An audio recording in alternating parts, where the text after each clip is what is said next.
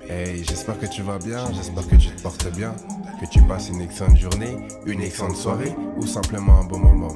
Bienvenue sur Distinction, un lieu où tu ressors différent de la manière dont tu es rentré. Pour ne pas dire Big Change.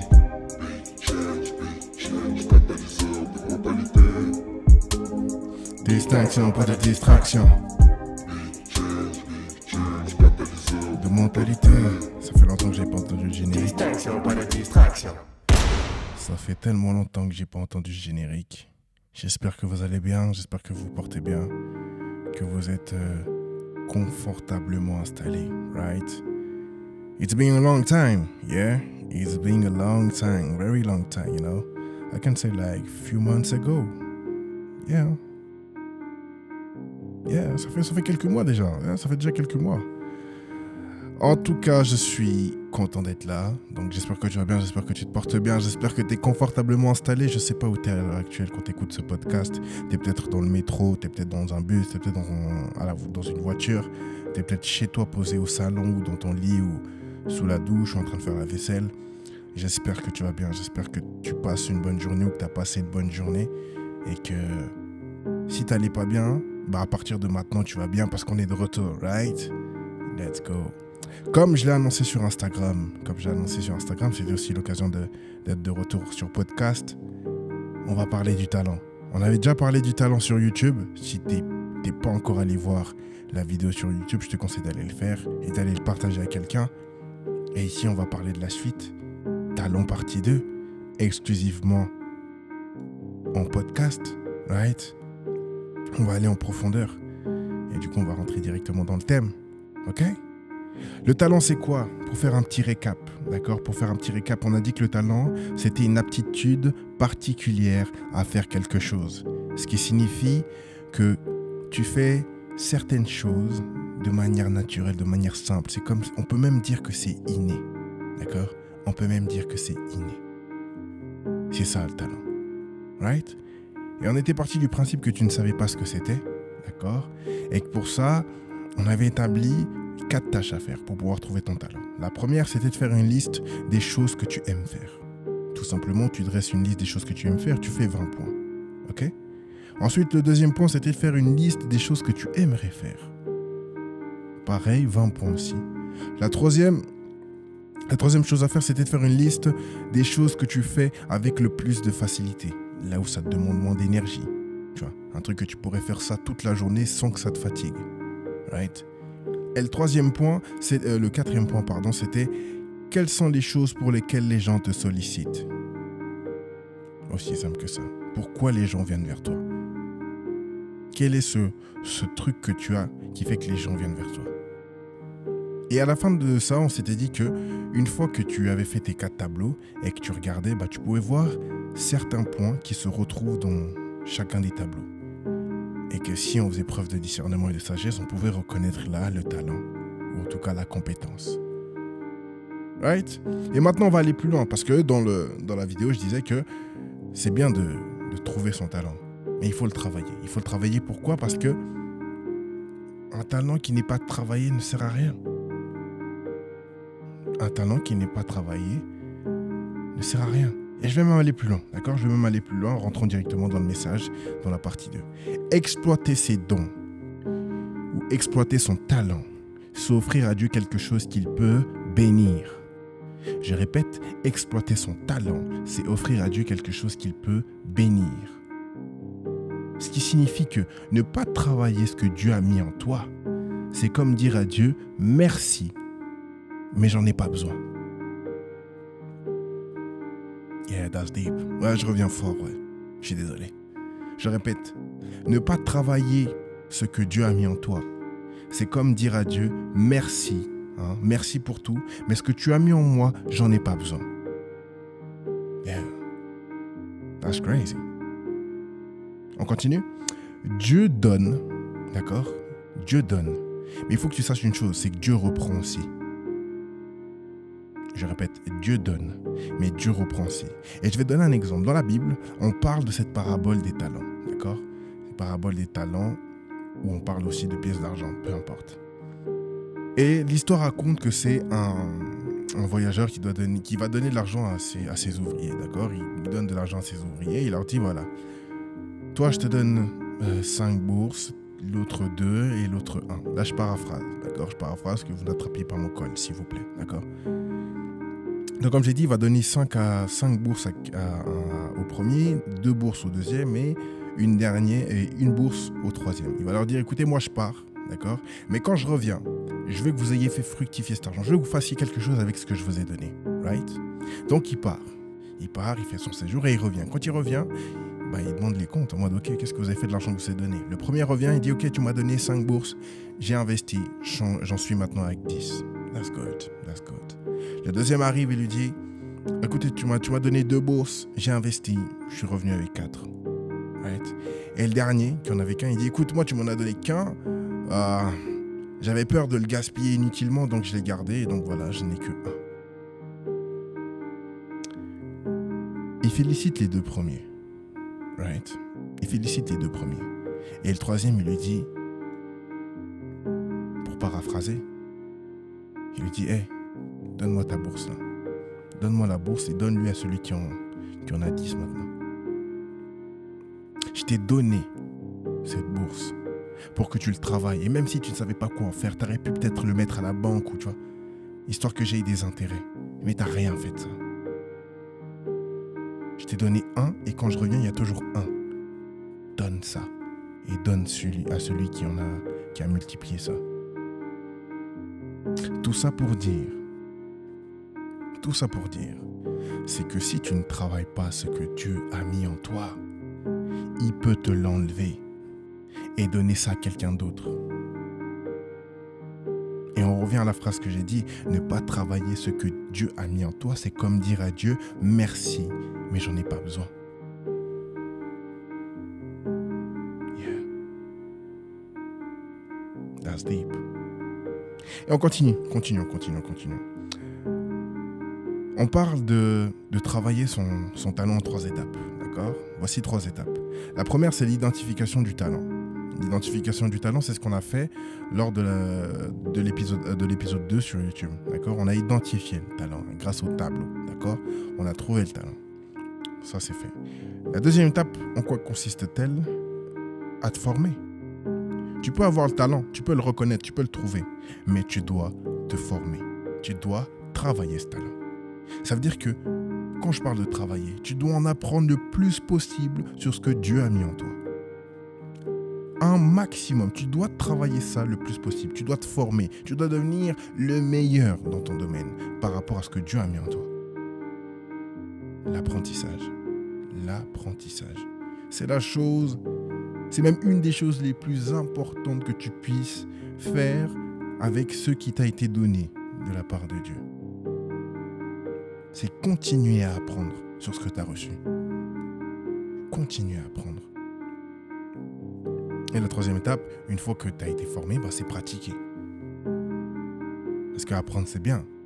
Mais pour être sûr que ça marche, et pour être sûr que ce qu'on a appris n'est pas faux, il faut pratiquer. Et là, pratiquer, c'est comme apprendre. Il faut pratiquer. Et on parle de pratiquer régulièrement.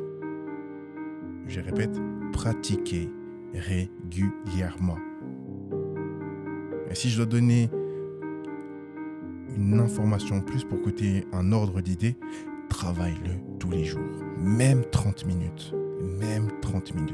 En fait, minimum 30 minutes. Si tu peux travailler plus, ok, that's great. Mais minimum 30 minutes.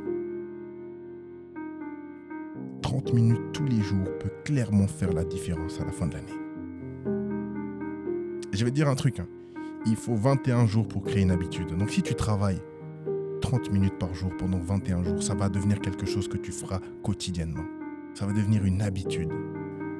Et tu verras même que tu vas dire, c'est bon, j'en ai marre de travailler que 30 minutes, je peux faire plus. Boum, tu vas faire plus.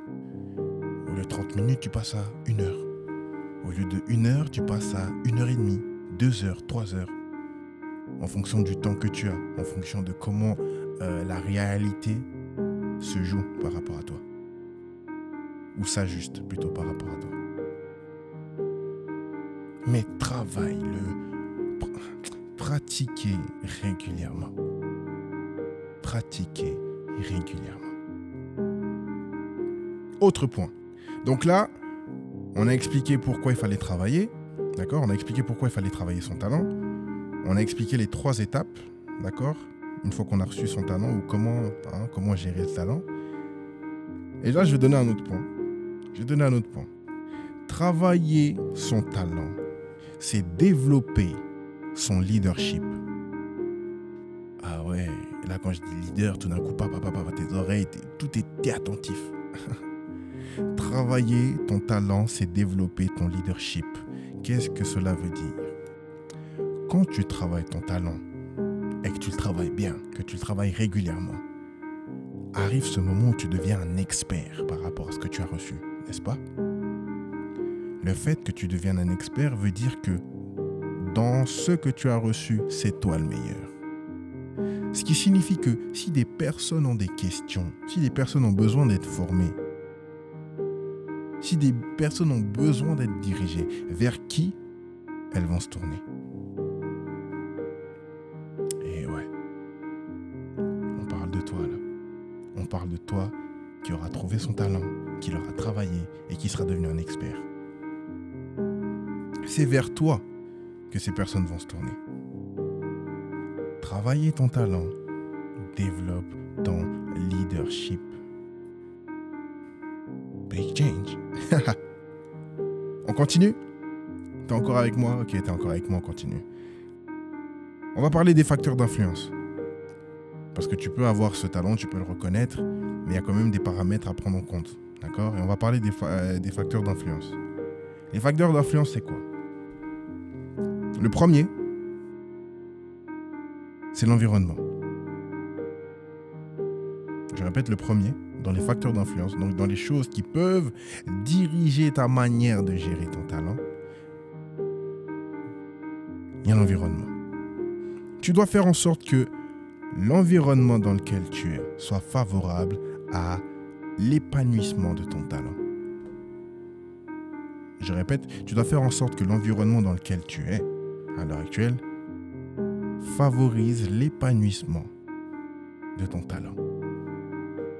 Pour te dire, un requin qu'on place dans un aquarium trop petit va grandir, mais il ne pourra pas atteindre son maximum. Il ne pourra pas être épanoui parce qu'il est contenu dans un aquarium qui est trop petit. Ça veut dire qu'il va grandir jusqu'à la taille de l'aquarium et pas plus.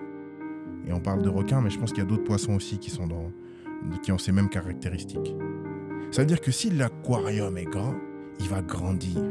Mais si l'aquarium est trop petit, condensé, il va grandir, mais il ne dépassera jamais l'aquarium. Parce que ça le contient. C'est pareil avec ton talent. Est-ce que l'environnement dans lequel tu es te permet de grandir au point de prendre vraiment toute la place nécessaire ? Ou, là où tu te trouves actuellement, ça te restreint un peu. Parce que ça influe la manière dont tu vas gérer ce que Dieu a mis en toi. Deuxième point au niveau des facteurs d'influence. L'entourage. Mais avant de parler de l'entourage, je veux rajouter un truc sur l'environnement. Est-ce que tu as les ressources nécessaires pour pouvoir apprendre ? On a parlé d'apprentissage plus tôt, right ? Dans ton environnement, il faut que tu aies les ressources nécessaires pour pouvoir apprendre. C'est important. C'est important. C'est un peu comme un joueur de foot qui, de base, dès la naissance, on sait qu'il sait bien jouer. On sait que c'est inné, son toucher de balle. On le sait, ça.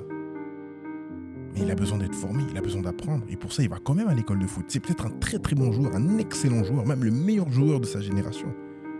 Mais même les meilleurs joueurs vont se former. Vont à l'école de foot, vont à l'école de basket, vont dans des écoles de cuisine ou des écoles de coiffure. Parce qu'ils ont besoin d'apprendre. Donc ma question c'est, est-ce que tu as les ressources nécessaires pour pouvoir apprendre ? Si ce n'est pas le cas, va chercher l'information. Va chercher l'information.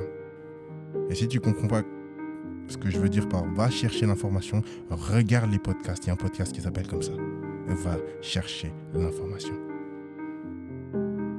Ok, let's go. Donc, on parlait d'entourage. Est-ce que vous êtes soutenu dans ce que vous faites? C'est ça la question. Si on doit parler d'un point de vue relationnel et social, est-ce que vous êtes soutenu dans ce que vous faites? Parce qu'il faut savoir une chose, c'est que ça aussi, ça influe sur votre manière de gérer votre talent. Vous pouvez avoir un des talents vraiment qui sait que, en fait, ce talent-là va simplement changer le mode de vie de ta personne, mais aussi de toute ta famille. Mais si ta famille ne te soutient pas, tu ne pourras pas changer. Tu ne pourras pas changer. Si tes amis ne te soutiennent pas, tu ne pourras pas changer. Mais je vais ouvrir une parenthèse. Il est aussi possible que tes amis ne te soutiennent pas et c'est normal. Pourquoi? Parce qu'ils ne comprennent pas ce que toi tu as reçu. Parce que ce que tu as reçu pour toi n'a pas été reçu par eux. Right? Donc c'est aussi normal qu'ils ne comprennent pas. Mais ils peuvent ne pas comprendre, mais te soutenir. Comme ils peuvent ne pas comprendre et ne pas te soutenir. Et ça fait toute une différence. Est-ce que tu as le soutien que tu mérites? Point suivant. Est-ce que l'on vous laisse tenter votre chance? Parce qu'avoir un talent, c'est bien. Avoir un talent, le travailler, apprendre dessus, c'est bien. Mais est-ce qu'on vous donne l'opportunité de l'exprimer? Pour reprendre le petit footballeur là, qui est peut-être le meilleur de sa génération, pour qu'on sache que c'est lui le meilleur de sa génération, il faut qu'on le laisse jouer. Il faut qu'on laisse faire ses preuves sur le terrain. Mais si personne ne lui laisse faire ses preuves sur le terrain, comment on sait que c'est lui le meilleur de sa génération? Ou c'est grâce à lui que cette équipe-là va gagner? Que c'est grâce à cette capacité particulière qui peut changer le cours d'un match? Est-ce qu'on vous laisse tenter votre chance?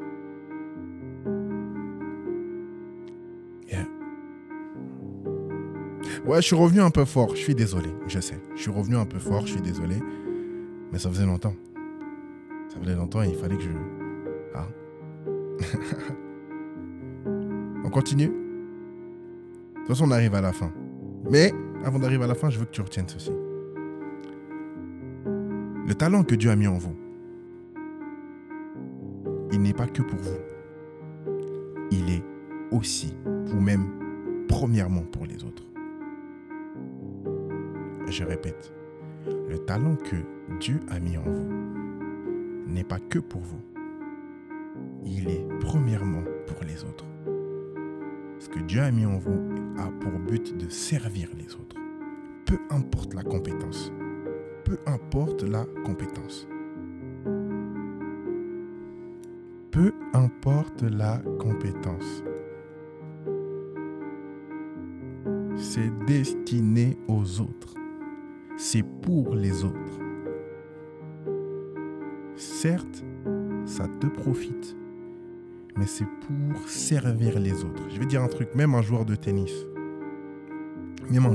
on sait que c'est lui le meilleur. Il a besoin de quelqu'un pour pouvoir savoir s'il est bon ou pas. Il a besoin de quelqu'un pour tester sa force. Il a besoin de quelqu'un pour tester sa technique. De la même manière qu'il a besoin de quelqu'un, la personne en face aussi a besoin de lui. C'est pour les autres. Alors toi qui pensais que tu allais exploiter ton talent juste pour toi, c'est pour les autres. C'est même premièrement pour les autres. Ouais, je sais. Je suis venu tout chambouler. Je suis venu tout chambouler, right? Et je finirai cet épisode avec cette réflexion. Le travail finira toujours par battre le talent. Je répète, le travail finira toujours par battre le talent. Tu peux avoir un talent, ça peut être inné. Mais si tu ne le travailles pas, tu te feras dépasser par celui qui travaille avec hargne. Qui se donne les moyens de réussir, qui se donne les moyens de passer au-dessus, qui se donne les moyens de se dépasser afin d'atteindre d'autres niveaux, de passer des paliers et autres, afin de devenir le meilleur, afin de devenir un expert, afin de devenir un maître incontesté dans son domaine. Donc avoir le talent, c'est bien. Mais le travailler, c'est mieux. Et servir les autres, c'est encore mieux. Yeah. Donc voilà. C'est tout pour moi. Le professeur a fini sa leçon. Le professeur a fini sa leçon. J'espère que cela t'a plu. Ça fait déjà 20 minutes que toi et moi on est ensemble. On dirait pas, hein, mais ça fait déjà 20 minutes que toi et moi on est ensemble. Right? J'espère que ça t'a plu. N'hésite pas à m'écrire. Vraiment, n'hésite pas à m'écrire, à me dire ce que t'en penses, si ton cerveau il a été brusqué. Écris. Je veux tout savoir. Je veux tout savoir. On pourra même en parler. On pourra même, tu vois, t'as peut-être des éléments que tu veux rajouter. Dis-moi. Je suis ouvert. Let's go. On grandit ensemble. Right? Donc voilà. Je te souhaite une excellente soirée, une excellente suite de journée ou simplement un très bon moment dans ce que tu vas faire.